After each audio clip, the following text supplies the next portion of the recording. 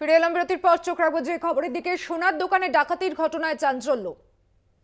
মালদহে সোনার দোকানে ডাকাতির ঘটনায় চাঞ্চল্য।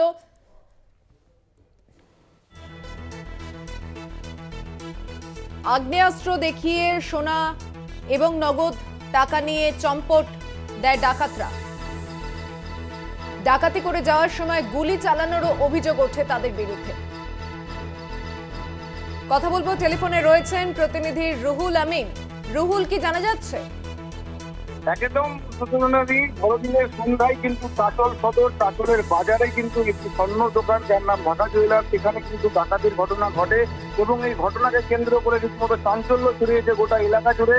তোমাকে জানিয়ে রাখি, চাঁচলের যে বড়পুর যে বাজার, সেই বাজারে কিন্তু প্রকাশ্য দিবালোকে কিন্তু এইভাবে যে ঘটনা, সেই ঘটনাকে ঘিরে কিন্তু ব্যাপক আতঙ্কিত হয়ে রয়েছে এলাকাবাসী এবং ডাকাতদের স্থানীয় বাসিন্দা এবং পুলিশের সূত্রে যেটা জানতে পারছি যে 7 জন ডাকাত তারা হাতে আগ্নেয়াস্ত্র নিয়ে এই সোনার দোকানে কিন্তু তারা প্রবেশ করে এবং মিনিট 15-এর মধ্যে কিন্তু গোটা দোকানের সোনার অলংকার এবং নগদ টাকা তারা নিয়ে চম্পট দেয় বলে কিন্তু অভিযোগ। গুরুতর অভিযোগ করছেন স্থানীয় বাসিন্দারা এবং ব্যবসায়ীরা যে পুলিশকে বারংবার ফোন করার পরেও কিন্তু ঘটনাস্থলে সাথে সাথে কিন্তু পুলিশ আসেনি। পুলিশ কিন্তু আসতে দেরি করেছে, তার জেরে কিন্তু পুলিশকে ঘিরে কিন্তু ব্যাপক বিক্ষোভ দেখান স্থানীয় বাসিন্দারা এবং উত্তেজিত জনতা কিন্তু চড়াও হয় পুলিশের উপর, পুলিশের গাড়ি ভাঙচুর করা হয়। পুলিশকে ঘিরে ব্যাপক বিক্ষোভ দেখাচ্ছে স্থানীয় বাসিন্দারা।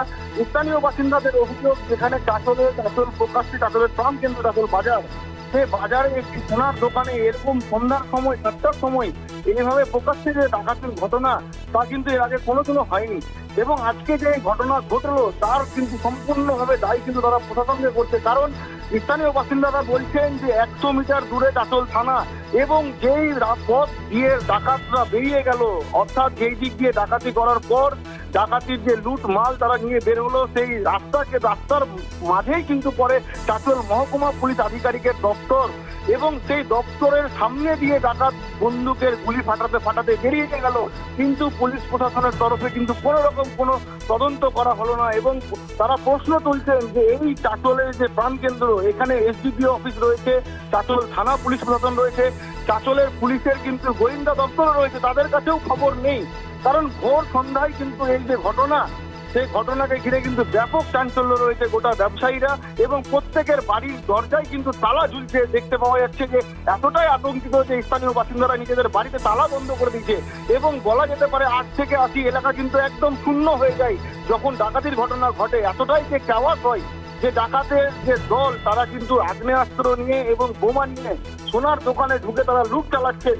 তারপর থেকেই কিন্তু এলাকায় কিন্তু সমস্ত মানুষ কিন্তু বাড়ির দরজা বন্ধ করে দেয় এবং যে এলাকায় ডাকাতি হচ্ছে তার আশেপাশে রয়েছে কাপড়ের দোকান, জুতোর দোকান, সমস্ত দোকানে কিন্তু লক্ষ লক্ষ টাকার কিন্তু ব্যবসা হয়। তারাও কিন্তু নিজেদের নিরাপত্তার স্বার্থে কিন্তু তারা নিজের দোকানের শাটার বন্ধ করে দেয় এবং ঘটনা ঘটার পরেও কিন্তু তারা কিন্তু ভয়ে কিন্তু এতটাই ভয়ভীত হয়ে থাকেন যে তারা কিন্তু দোকানের শাটার পর্যন্ত খোলেন না। কিন্তু ঘটনাস্থলে যখন পুলিশ আসে তখন তারা একে একে বেরিয়ে আসে এবং পুলিশের দিকে আঙ্গুল তোলেন যে পুলিশ প্রশাসন সক্রিয় থাকলে আজকে এই ঘটনা ঘটতো না এবং বারবার কিন্তু চাঁচলকে কেন্দ্র করে কিন্তু এই ডাকাত দল কিন্তু সক্রিয় হচ্ছে। কারণ চাঁচল যে এলাকা, মালদা জেলার চাঁচল এলাকা কিন্তু বাংলা বিহার সীমান্তবর্তী এলাকা, কারণ বিহার পাশেই রয়েছে কাটিহার জেলা এবং বিহারের কিন্তু দুষ্কৃতির যোগ কিন্তু দেখছে স্থানীয় বাসিন্দারা যে বিহারের কোনো একটি গ্রাম, সেই গ্রাম থেকে কিন্তু এই ডাকাতরা কিন্তু এসেছিল এবং এসে চাঁচলের মধ্যে সন্ধ্যার সময় প্রকাশ্য দিবালোকে কিন্তু তারা ডাকাতি করে কিন্তু তারা চম্পট দেয়। এখন কিন্তু গোটা এলাকা জুড়ে কিন্তু রীতিমতো আতঙ্কিত হয়ে রয়েছে স্থানীয় বাসিন্দা থেকে শুরু করে সকলে। ধন্যবাদ রুহুল। কথা বললাম প্রতিনিধি রুহুল আমিনের সঙ্গে।